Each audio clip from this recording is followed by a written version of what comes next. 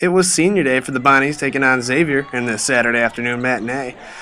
Megan Van Tatenhove was really the story for the Bonnies in the first half, scoring the first 15 points for the brown and white and 22 in the half. She was simply on fire. There's here taking a spin J, and then here coming off the screen for a three. And here one more time receiving the kick, driving hard, pulling up in the lane for two. At the half, the Bonnies led by 15. 38-23. In the second half, the rest of the team really got involved. Here's Armelia Horton hitting the two. The Bonnies were in cruise control at this point. Here's Van Tatenhove coming off the screen. Cece Dixon pops, drives hard for a tough deuce in the lane. And then here's Doris Ortega driving hard. Nice soft pull at the foul line.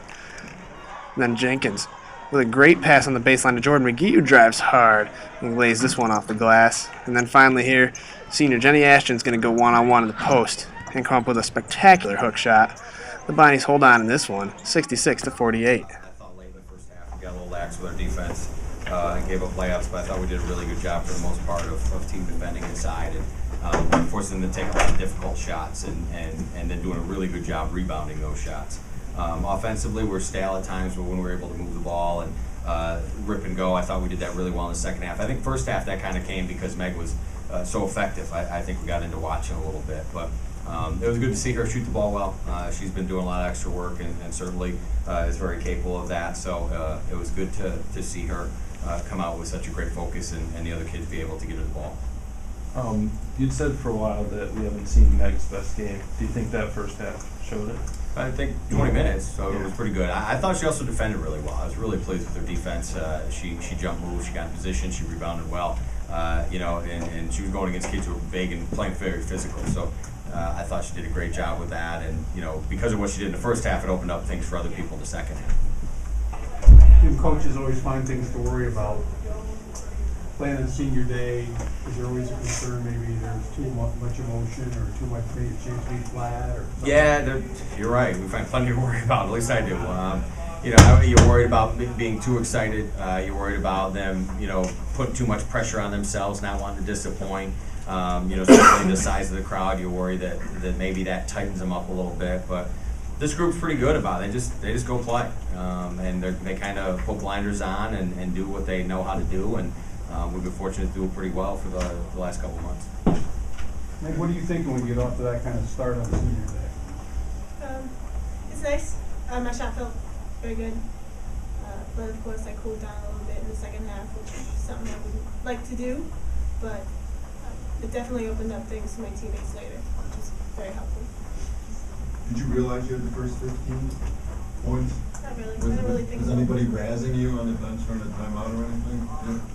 No? No, I just played the game. When they're face guarding Jessica that much, how important is it that yourself and everyone else gets involved to free you, all you up and her? When they're face guarding Jessica, coach always tells us to drive towards her side. They're not going to get off Jessica, so we just stick to our game plan and it works.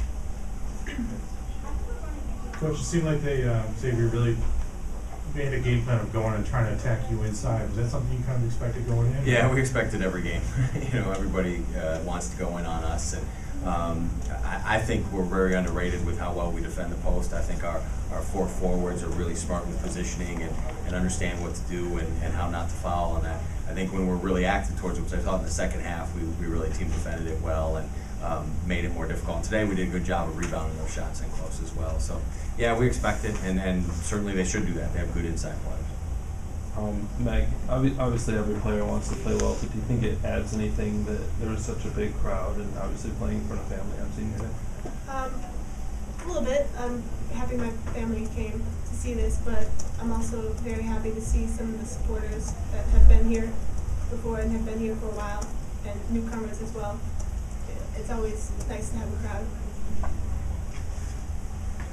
This is the biggest crowd I've ever seen in here. It's great. Go ahead, I'm sorry. That's all right. Meg, how's it feel to finally beat Xavier? Yeah, that was the only team we haven't beaten, so definitely check that off. It's a good feeling. Do you buy into it all, like just said when she was in before, that staying low in the rank, 22 in the rankings, when maybe you deserve to be higher, it could be a blessing? that allows you to fly under the radar, that allows teams to say, there must be something? Yeah, I think we're always going to fly a lot under the radar because we're never going to win the layup line. I think every team's going to see us and think, oh, we can, and we're not flashy. The ranking is amazing. It's something that we're certainly very proud of and we'll reflect on certainly more as the year is over. But we still think that people kind of look past us. And that'll always be our mentality. It's what these guys came up with. It's what our people on our program think. So I think because of that, we'll always have a little bit of chip on our shoulder. At some point, hopefully, people realize we're pretty good. Anything else? Okay, thank you guys. Thank you.